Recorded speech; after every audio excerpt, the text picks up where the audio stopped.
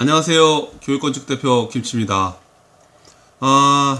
오늘은 교육건축 전원주택 시공 과정 세 번째 시간입니다. 중간에 시공 과정과 깊이 관계 있지는 않지만 저희 교육건축에 대한 좀 설명을 좀 드린 부분 한 두 개 정도 있었는데, 그걸 함께 이렇게 보면 벌써 5번째 영상인데,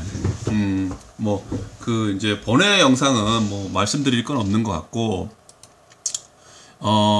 앞에 두 영상은 제가 누차 항상 영상을 찍을 때마다 앞에 영상에 대한 강조를 하게 될 텐데, 전원주택지 답사할 때 확인사항의 영상이 첫 번째 있었고, 두 번째 영상은 이제 땅을 이제 구입하시고 또 그 땅의 상황을 확인하시고 또 준비해야 될 사항들에 대해서 말씀드렸기 때문에 이 영상 또한 되게 유용한 영상이니까 꼭 한번 시간 내셔서 보셨으면 좋겠고요.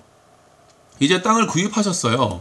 그 이후에 이제 그 앞에는 이제 땅을 사시는 것 자체가 비용이 들어가긴 하지만 그건 집 짓는 행위에 직결되는 건 아니기 때문에 이제부터는 집을 짓는 행위와 직결되는 겁니다. 다시 말해서 앞에 거는 이제 워밍업이라고 한다면 지금부터는 이제 실제로 이제 그 스타트 선상에서 이제 출발의 단계인 거죠.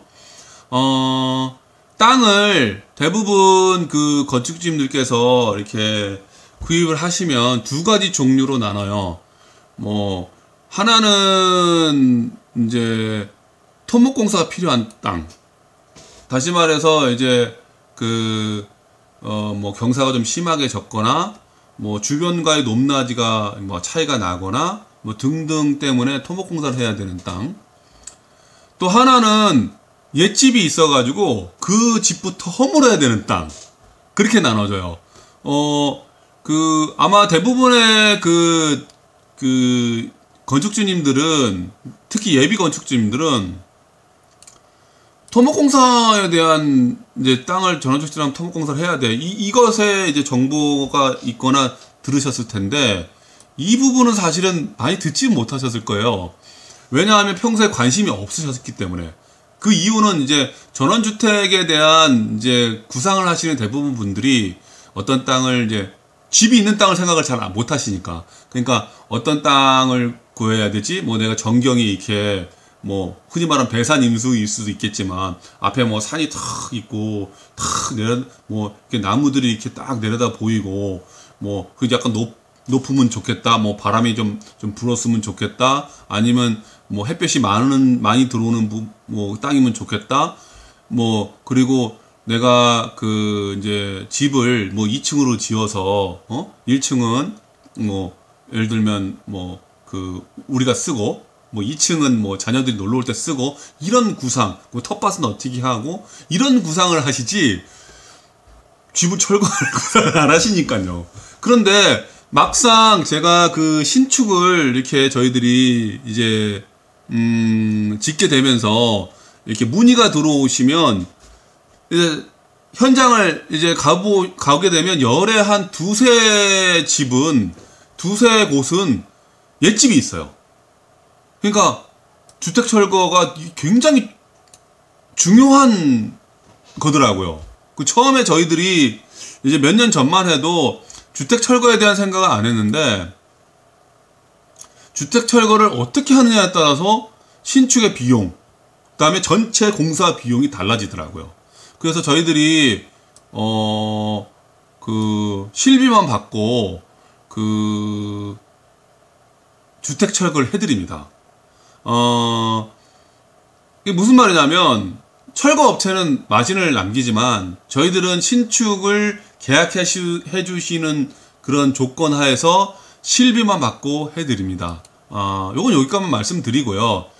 얘기하다 보면 또 좀 나올 수는 있겠지만, 여기까지만 말씀드리고, 이제 실제로 제가 이제 철거를 하고 신축을 하면서 건축주님들께 꼭 이러한 정보는 드려야 되겠다는 것에 대해서 말씀을 좀 드려보겠습니다. 철거는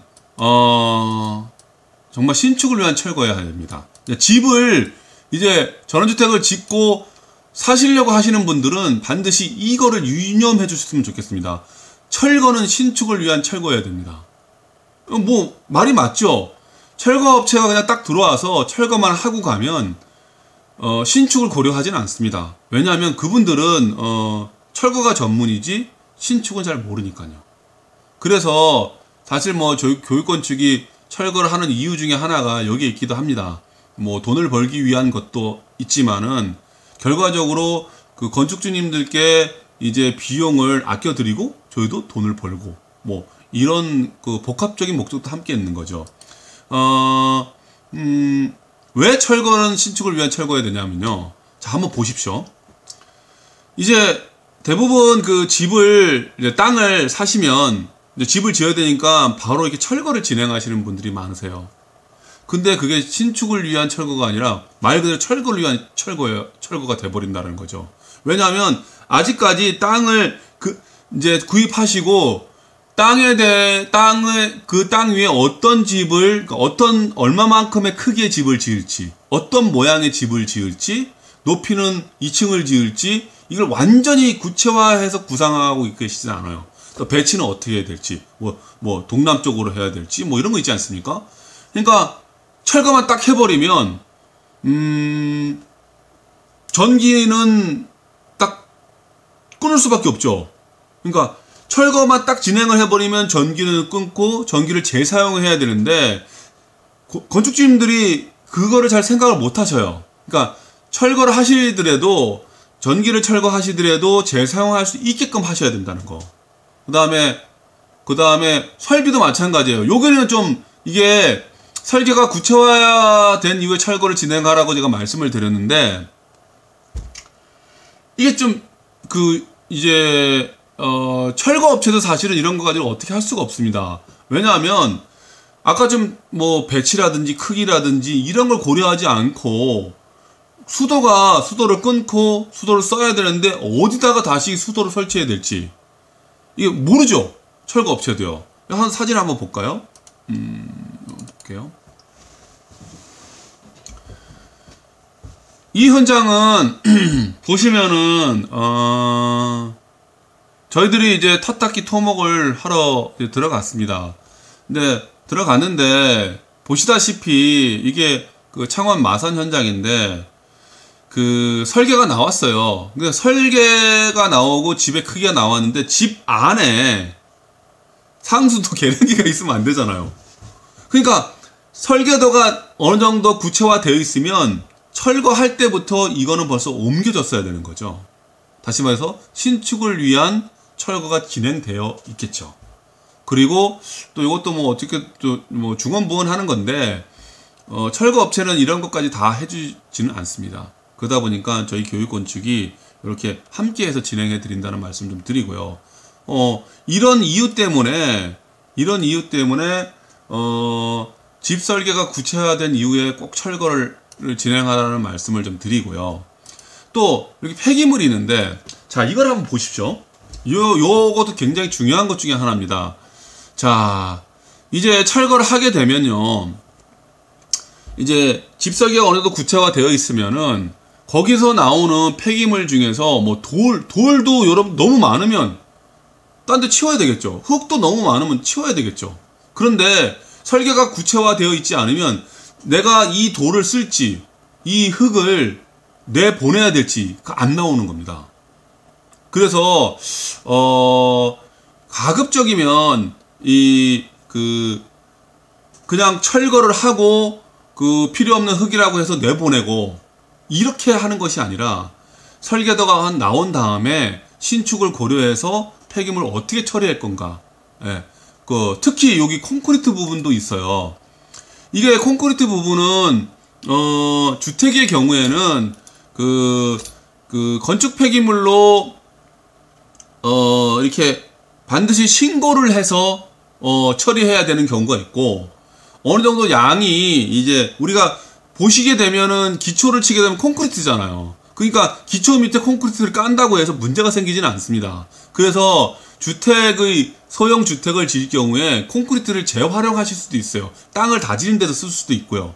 그런데 이게 철거 시에 이런 신축을 고려하지 않고 이거를 그냥 바로 폐기 처분하시거나 하시게 되면 또다시 콘크리트 타설의 높이나 이런 것들이 더 높아지거나 더 많아지겠죠. 그 비용이 추가된다는 겁니다. 그래서 반드시 철거는 신축을 위한 철거여야 한다는 거 꼭 유념해 주시고, 또 하나는 그 철거 이전에 집 설계가 구체화된 이후에 철거하라는 말씀을 드립니다. 자, 그러면 이제 사실은 굉장히 큰 것에 대해서는 이미 벌써 말씀을 드렸습니다. 근데 제가 주택 철거 항목과 비용에 대해서 말씀을 좀 드릴 건데요. 많은 건축주님들이 철거 비용이 대략 얼마 들지 잘 모르셔요. 그 신축은 집을 짓게 되면 이런 신축회사에 전화해서 뭐 내가 콘크리트로 30평을 질 건데 뭐 외부 마감 이렇게 하고 내부 마감 이렇게 할 건데 어느 정도 비용이 들겠습니까? 라면 대략적으로는 말을 해주는데, 철거에 대한 생각을 안 해보셨으니까 갑자기 내가 뭐 한 이게 지금 집이 이제 옛집이 한 30평 정도 되는데 철거를 하려니까 돈 1,000만 원을 달라 그래요. 이게 맞는 건지, 이게 항목은 맞는 건지 이거 잘 모르셔서 제가 이건 간단하게 설명을 드리겠습니다. 일단은 주택 철거는 내부 철거, 외부 철거 나눌 수 있습니다.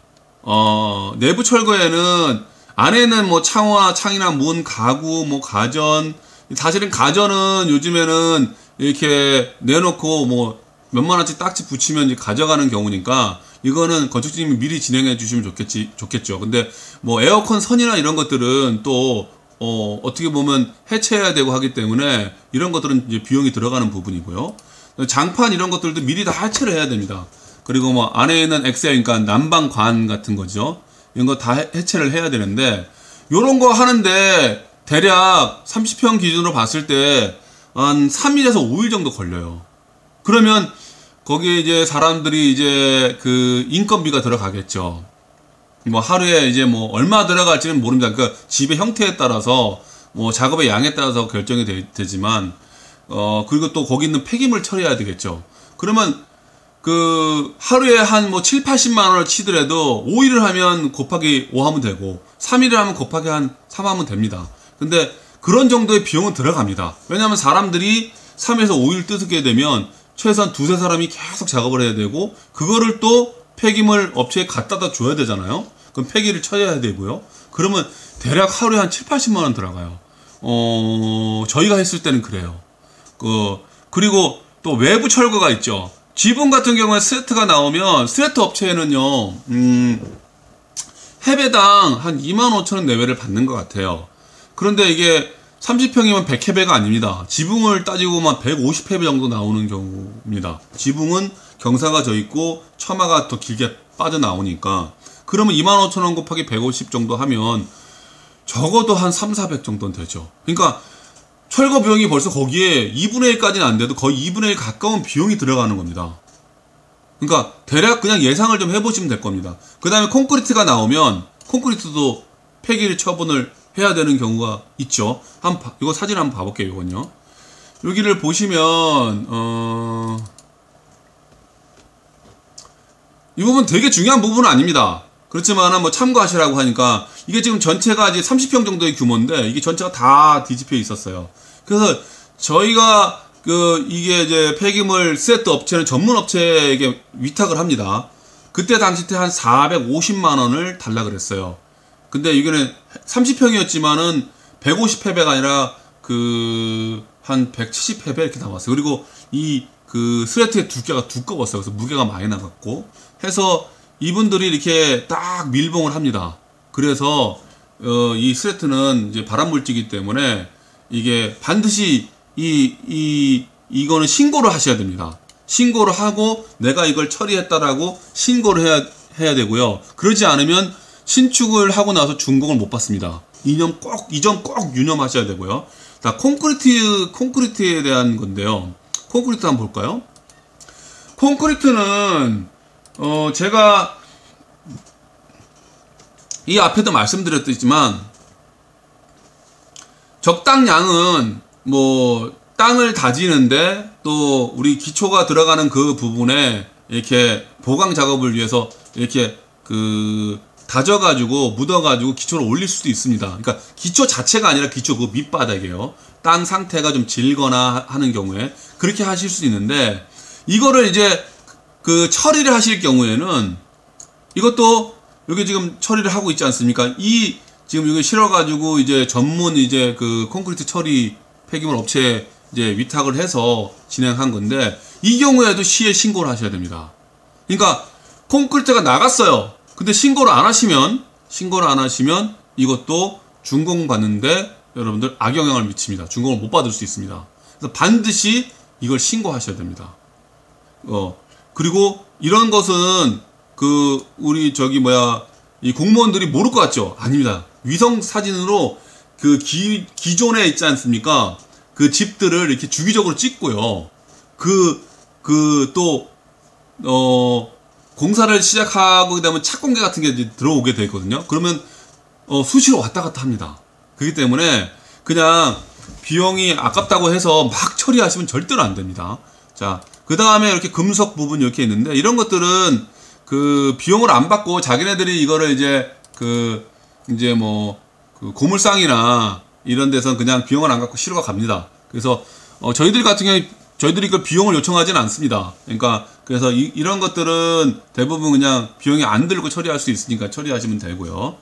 자, 그러면 이제 잠깐 또 한번 줄여볼까요? 그러니까 스레트 아까 30평 기준으로 뭐 최소 300, 400 들어간다고 했지 않습니까? 콘크리트 처리하면 또 이것도 들어가겠죠. 그리고 아까 집을 허물건 할 때 포크레인이 한 이틀 정도 잡으셔야 됩니다.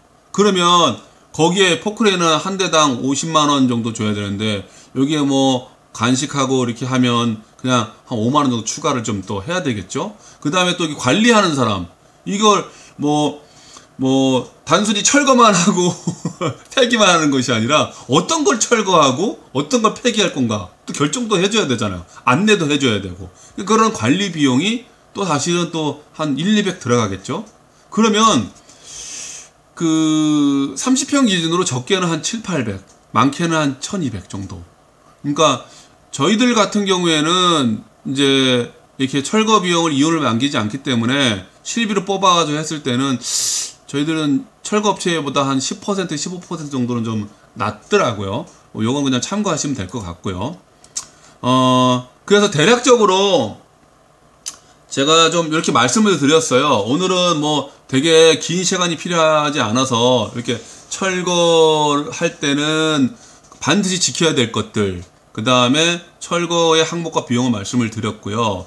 오늘 사실은 4번 그 이제 리모델링 할 것인가 철거 후 신축할 것인가에 대한 거는 좀 요거하고 약간 별개로 다뤄야 될 것 같아서, 제가 그 번외 항목으로 그 한옥 리모델링을 할 것인가 또 철거 후 또 신축할 것인가에 대한 영상은 다음에 좀 디테일하게 자료를 가지고 설명을 드릴게요. 그래서 필요에 따라서 제 영상을 좀 보셨으면 좋겠고, 오늘은 제가 그 철거에 대한 그 이제 사실은 비용과 키 관계된 겁니다. 이 철거를 잘해야지만이 신축이 잘 되기 때문에 반드시 그 옛집이 있는 그 땅을 구입하신 분들은 요 영상을 꼭 보셨으면 좋겠다는 말씀을 드리고, 오늘은 여기까지 하겠습니다. 감사합니다.